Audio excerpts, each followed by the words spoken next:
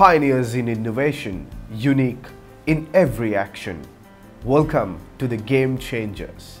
Today's game changer is an individual who doesn't need any detailed explanation, who has been behind many brands which reached the international market. Introducing to you Otara del Gunawardena. Welcome to the show, Otara. Thank you so much. I see you being active in social media these days a lot. What are you engrossed in these days? A few things, mostly to do lately, mostly to do with water and the shortage of water across the country. Of course, the last couple of days has been raining, but over the last several months and couple of years, it has not been so. So just trying to make people aware of that, and also the importance of protecting our water source, and also protecting our environment, and being better and more conscious human beings to love all lives, animals and people. I see that you are also like feeding animals these days. Like, it's so pleasant to see every morning. So something about that as well. Yeah, all animals, they also feel hunger just like we do. They have the same feelings. We just choose not to acknowledge it or to see it. And I think it's really important in the time that we are at now that we start realizing that all lives are important, and that we are only good humans if we can live together in harmony with all the animals on our planet as well. That's something interesting.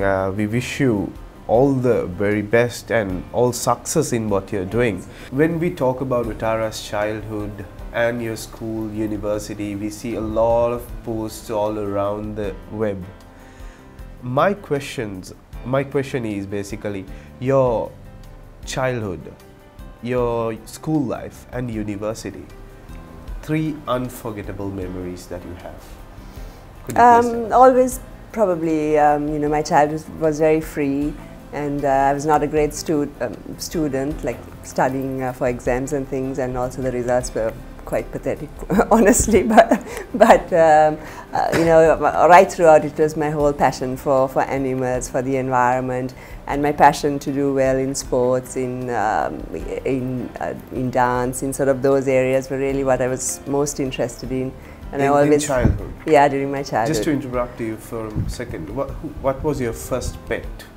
My first pet was a dog, of course, and then I had a lot of pets like squirrels and ducks and chickens and rabbits, and a lot. And this is in Colombo? In Colombo, yes. I live in the central Colombo, and our house was so full of animals all the time. A lot of them I used to treat and release back, like the squirrels who would fall from trees, and so I did it even then.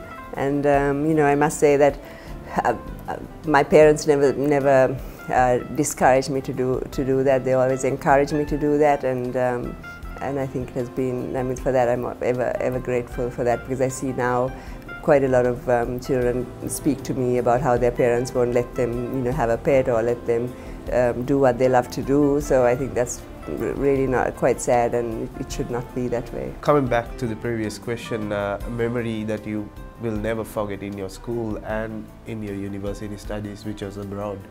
I can't think of one particular incident, but I guess during school it was, a lot of my time used to be in sports, so I used to do well in in high jump and hurdles, and I used to love the sports meets, and then I did a bit for Sri Lanka as well.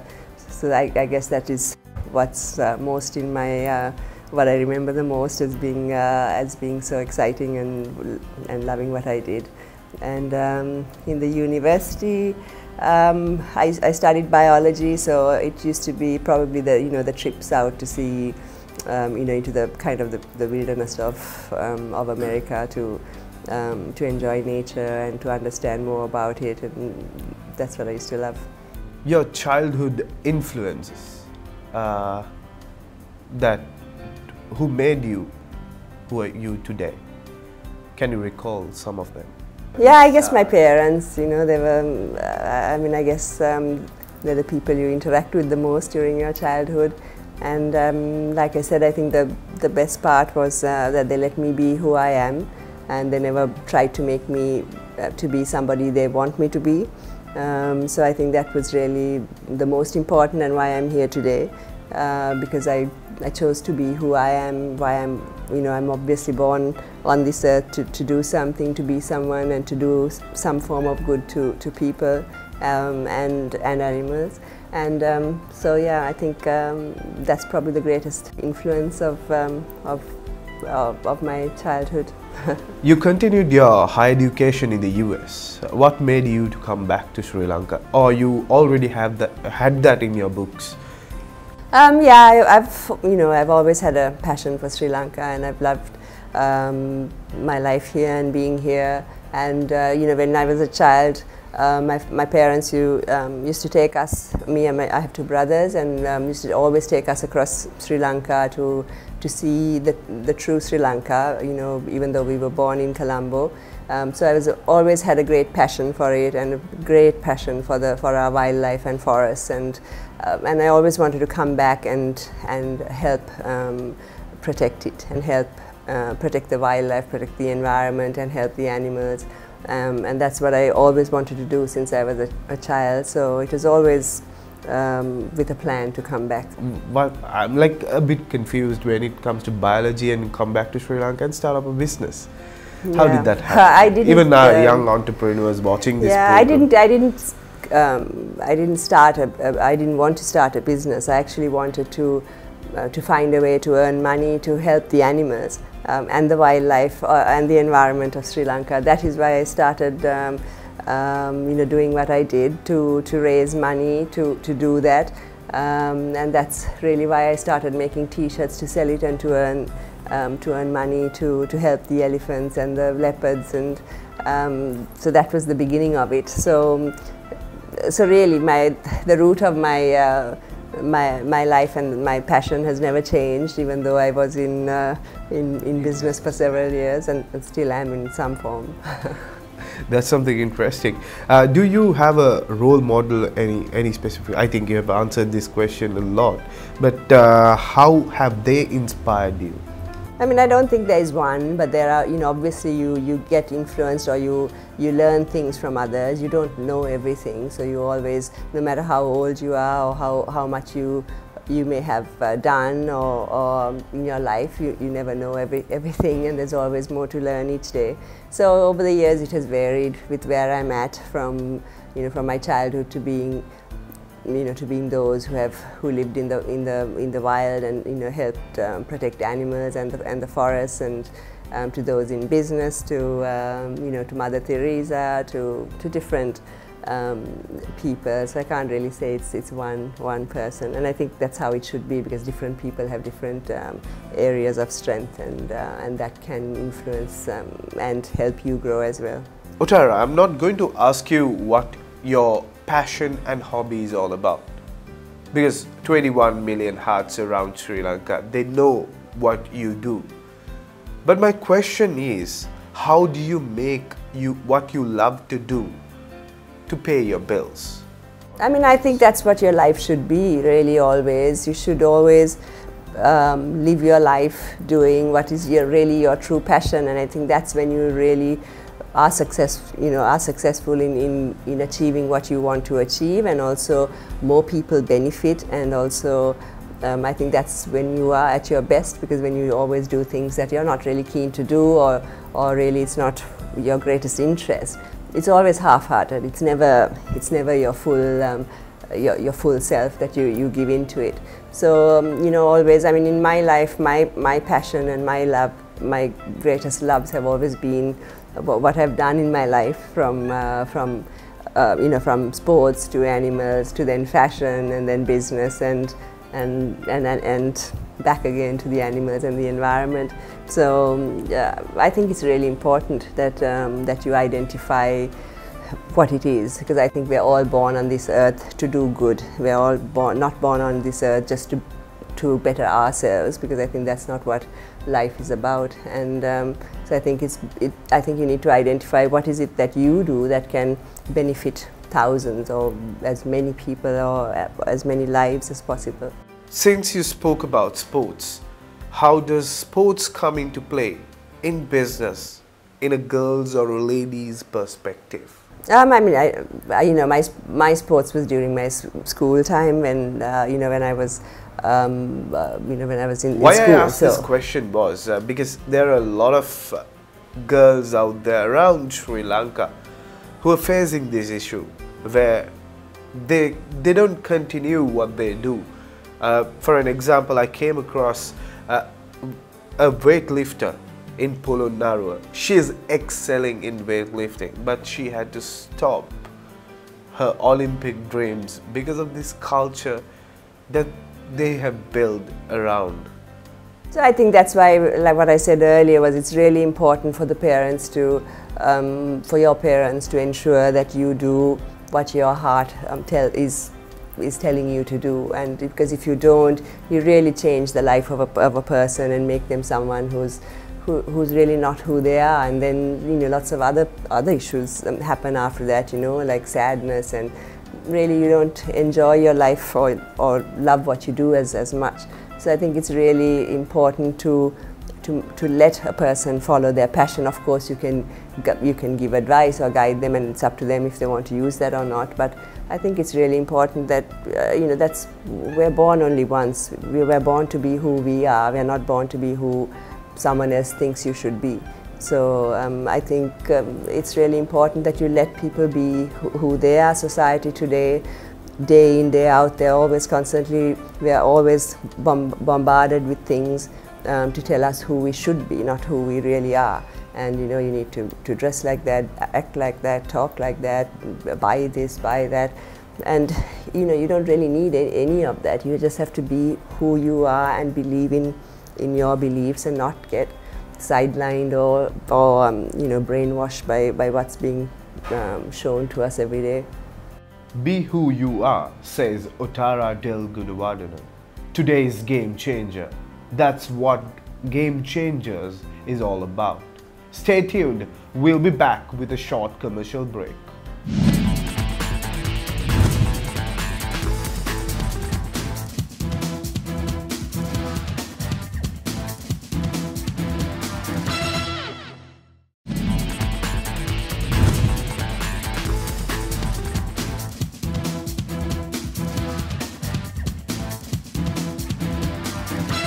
Welcome back. You're watching the Game Changers on our television. As a woman in business, what advice can you give to all the blooming entrepreneurs in Sri Lanka? I think main thing is, you know, I get asked a lot about being a woman in business and being, you know, what it's like and all this, and you know, for not 1 minute, not 1 second did I ever think of myself as a woman in business or a woman doing this, or you know, like whatever I do each day. I just do what I do as a person, as a human, and for me, I think that has been, you know, probably the greatest benefit, because I think when you're constantly, this thing is put into your head about you're a woman, you know, like you can't do this, you can't do that. I mean, obviously, naturally, it restricts you, and it makes you think, you know, 2-3 times about things.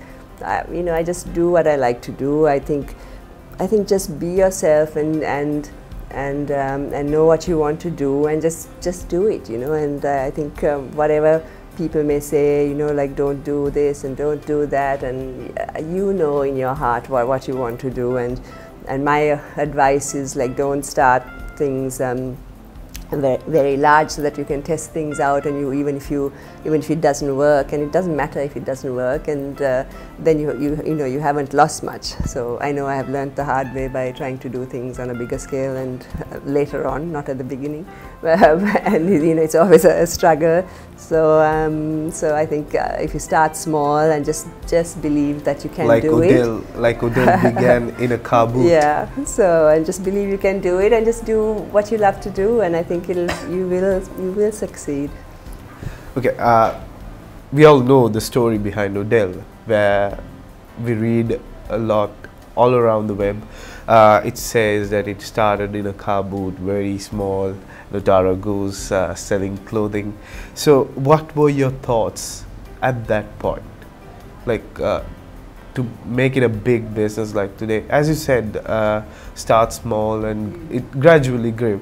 But at any point did you think that you'll have to be out of the business and to look at it in a different angle? Yeah, I mean, you just, start small. I had no experience, of course, in business or marketing or HR or finance, which is probably the more difficult one to get around. So, I had to learn everything along the way, and as much as it's interesting, it's also not easy. But it also makes you do things your way and not a way that others, how you're taught to do it. I think when you're taught to do everything in a certain way, you become like the many thousands and millions who are taught the same thing, obviously. And so I mean, that was the advantage. And it was a whole learning experience, and I think that has been, the greatest excitement. And of course, with ups and downs, with a lot of money lost, a lot of money earned, and a lot of lives changed. I think that's the greatest.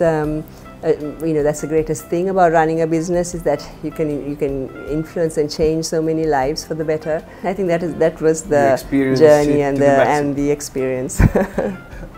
What was your vision and the challenges you faced while achieving your vision?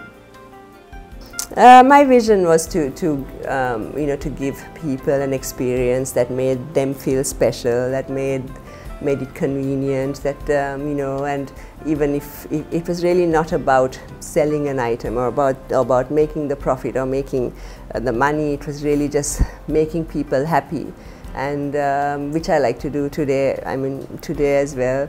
And so even if it was just coming and just enjoying the experience, that's what it really was all about, was to create an atmosphere and an experience that was so different and that was so special and that made people feel special.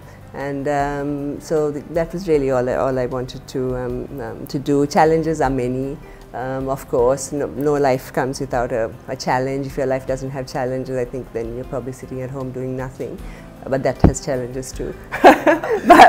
So that's part and parcel of life. And I mean, probably the most difficult was to grow a business during the war, and because over 15 years of it was during, probably even more, was during the war, and sometimes very, very difficult times, and so that was a great challenge. But otherwise, it's ups and downs come with life. After all the hard work, what made you to sell your brand to SoftLogic? I mean, several things, but I think I had brought it to a point where I knew, like, the next stage was another 7, 8, 10 years of great expansion. Or I stay the way it is, which is once it's a public company and once there are investors and partners, it's difficult to just stay the same. So the decision I had to make was, do I really want to do that, or do I want to really to continue with what I really want to do in life, which is to help the animals and improve lives and help the environment.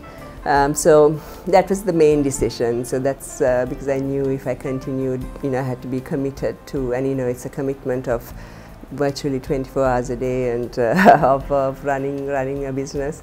So that was the real main decision. And I also felt that once you become more of a corporate and more structured, you start making decisions with only your head and not your heart, because that's really what you're forced to do in many instances in a public company, and the bigger the company gets, you're always driven a lot of the time by the bottom line and not looking at really what your heart wants you to do. So that was also getting very difficult for me, and so those were two of them. Maybe there were a couple more, but those are probably the two main ones. All right. The Love SL brand that you developed, was the target market the tourist or the domestic target market? What was Love What was the secret behind Love SL? Well, I mean, within the Odell concept, it was about. I mean, there were different product ranges, and it was about making different product ranges into a concept, and then where you package it as a whole concept, and where it becomes then people understand it better, and you can you can do things around it a lot more when it's under a certain brand and a concept. So we always had sort of souvenir products, and so I wanted to make it into a concept which was for both the tourists and local, because I never believed in just targeting only tourists, because I live in Sri Lanka. Obviously I have to, the first option is always to cater to the people of your country and where you live and who you are a part of. And so it was really, everything was always to Sri Lanka first, and everything that happened after that is obviously an added benefit, but of course, yeah, it targets both. What do you think the country needs right now in terms of tourism, in terms of promoting tourism? I mean, I think from what I see, what's really most important is to protect our wildlife and our environment, because that is one of the things that sets us apart from the rest of the world for what tourism, what makes us different in tourism. And I see that not happening, and that I think is a great concern for all and for the country. So I think it's really, really important that we are at a stage where we have to take all effort and put all effort into protecting our wildlife and our environment for the future, for future tourism, and also for the people of the country. You are a person with a passion, a ferocious passion that someone cannot easily have. That's the love towards animals. A bit about that. That you're born with things, and so that has come with me from wherever I was in the past, and I think it's there are so many suffering animals who are suffering because of us, because of humans, and I think it's I think it's something that we can't ignore, and we can't just be unconscious about anymore, because we are not great, we're not successful, we can't be pleased about ourselves as long as there are so many millions of suffering animals that don't deserve to be treated the way they are. And we're not completely human until we realize that there are animals that suffer because of us, and until we realize that it is our role in life to live together in harmony, and so that's what I want to try and do in my life, is to give happiness to as many as possible. And it's not just the animals. I feel people also learn a great deal and are better humans and are better in life when you understand that our life is about having a greater consciousness to live with and care for and love all lives. So a bit about the brand Embark, and how does it function? Yeah, so Embark was started obviously for the, as you know, for the street dogs, to try and give them a better life, because they are Sri Lankan, they are born here, they are part of our culture and our country, but because we are being taught that they are not good, or they should not be here, and that happens the more so-called developed and the more so-called educated that we are getting, that we are taught that, because really otherwise in the villages and everybody lives together, and they're all part of your day-to-day life. But the more modernized that we are getting, that is just the influence of what we are told that we need to be and who we need to be, and we need to love a pedigree and not our own Sri Lankan dog. So those are things that we all need to be conscious of and realize that it's just all a teaching that makes us different humans that end up not letting us care for all lives, and all of them deserve a better life, and that's what I wanted to do, to give them a better life and the place in society that they truly deserve, and the place in our country that they really deserve, and what we should be proud of having living in a country that has all these different forms of lives. Game changers are unique in every action. That's Game Changers all about. Stay tuned, we'll be back with another exciting segment with Otara del Gunawardena.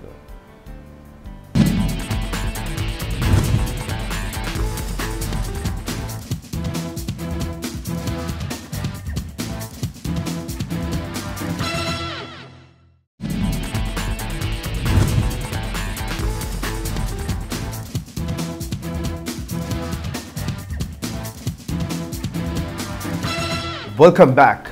We are with the Director of Passion at Embark, Otara. You're a graduate from a foreign university.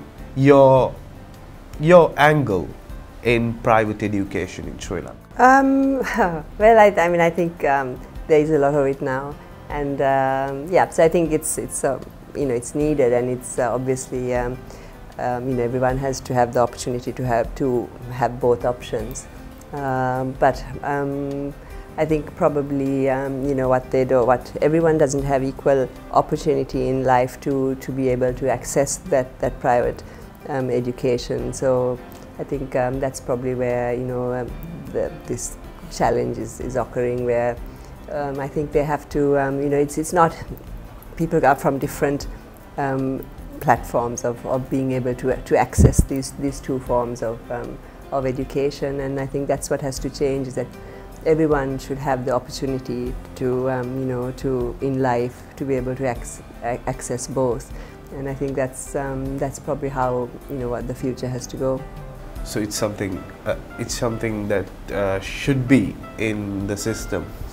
Yeah, I mean, I think it's a lot of it's already there, but people are trying to stop it, and yeah, but I think it's only to do with one area mostly, and which they have reasons to talk. I mean, they have their reasons, and I think it just needs to be addressed and solved for them. And I think you have to look at it from where the eyes of who the people are, and and the life, it's not. I'm not talking about the education, but their whole life. The opportunities are not equal, and I think so. That's something that has to be looked at.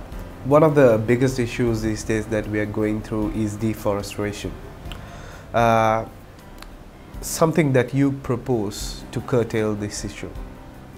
I think it is something that needs to be addressed urgently, because I think we have come to a critical point of where we are with our forest cover, and it's always been about development, and that has always come first at the expense of our forests and our wildlife and the environment, without looking at a balance, at a true sustainable. We always talk about sustainable development, but it's not there. It's not. It's just a word that's used. It's not practiced, and especially for a country like Sri Lanka, which is an island and which requires its forests for our water, for our oxygen, for a healthy life.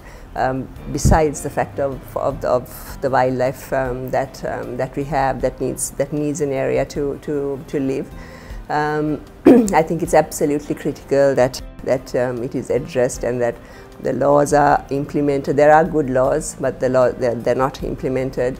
They're not enforced in many cases, and I think it has to become a priority, because I think it's not like it was 15, 20, 30 years ago, because I think we have pushed it to a limit of where it's now giving us a negative impact, and it's so visible. We're just not listening, we're just not looking, we're just not understanding. Thousands are dying, thousands are suffering because of landslides, drought, floods, and all these sort of environmental catastrophes that are happening, and they are all warning signs from nature, but we refuse to listen, we refuse to address it, and we just carry on in the same way that we've been doing for so many years. And at some point it is going to to have a serious impact on our lives, on all our lives, and also future generations. We only think of us today. We are very short term in what we think. We care so much about ourselves today. We don't look at our children's future, their children's future. And I think we are at that point. We are at that tipping point where we have to really look at it and address it seriously before it gets too late to reverse. Definitely. Your views in politics in Sri Lanka? Entertaining, often frightening. Yeah, I guess that's a whole different topic, I think. Should the higher-ups in politics offer you a post in environmental issues, would you consider taking in that? Well, I was offered 2 posts which I turned down. No, it was not to do with the environment, but it's not about me having a post or not. People who are there can actually make a difference to. If it just becomes a priority for what is required for the country, and where we are today is not the same of where we were 10 years ago or 15 years ago or 20 years ago, and like I said, I think it's really important that we see what's happening around us today and address it urgently. And our elephant population is suffering. I think it's incorrect about the population increasing, and that's why this conflict is happening. I mean, we are humans, we have a brain, we can think well. I think we need to know that we are encroaching day by day into their habitats, and obviously they all need to eat, and animals will only come into conflict with humans when they're so desperate that they're looking for food for their families. And we are intelligent humans. We should understand that, and we should see what we are doing to our amazing country that has all this natural heritage that no country in the world has. And really, I see a future, or Sri Lanka, where we can all live in harmony, where our environment is protected, where the animals can live happily, where the people can live happily, and where we can all benefit from protecting our environment and wildlife, and where the humans can also benefit from that and live in harmony. I think it's possible. It is, definitely. So our viewers would love to listen to Otara's future business plans, any new ventures coming up, what is happening, any change happening with Embark? Yes, I'm working on Embark, and trying to. I have few stores and the brand as well. And the brand, I have it. It's again like I've started from the beginning. Is really to raise money for the work with the dogs. But it's small at the moment, and we'll see how it goes. I have to see how it develops, and we'll see in a few years. We pick individuals who are already excelling. That's why we call this program the Game Changers. So people would love to listen to you, a few words of inspiration to them in general. It's I think it's important with where we are today to realize that it's really not about us or you or me. Or what we want to achieve. I think none of us are successful, none of us are great, none of us are the biggest, the largest, whatever, or the best at anything, as long as other lives in our own country are suffering and and are facing such difficulties each day. And I have seen it over the last so many years, especially over the last 2 years, where, both to do with animals and people. And I don't think any of us are successful until we all can live a life where you have equal opportunity and where there is no suffering, and where we are conscious of it, and where we believe that together that we can make a difference. Because I think day by day we are always fed things to divide us, to not unite us, to not let us stand up, to not let us speak out for those who are less fortunate than us. and we're always kept distracted through race, through religion, through politics, through party, through different forms to keep us divided, because we each have great power within us, but if we don't realize that, and we're always told that we don't, then nothing will happen, to change the lives of these, of all of us, for a better future for all. So I think we need to believe that we have, we have the power within us, and it's all in our hands. It's not in anyone else's hands. So, so I think we need to be more conscious of those who are suffering around us, and together we have to make a difference for them. If not, we're not a good country, and we're not good people, and we're not conscious human beings who can be proud of ourselves. Divided we fall, united we stand, says Otara del Gunawardena. Thank you very much for sparing your valuable time here with us. We wish all the very best for with your future endeavors, and thank you for being here. Your views on the program Game Changers? Well, I will watch it, and I watch the past programs as well, and thank you for having me. It's always a pleasure to speak to people like you who are having these programs. So thank you, and I wish the program all the very best in the future as well. That's the director of Passion at Embark and Otara Foundation, Otara del Gunawardena. We'll be back next week with another intense, exciting episode on the Game Changers. Till then, goodbye.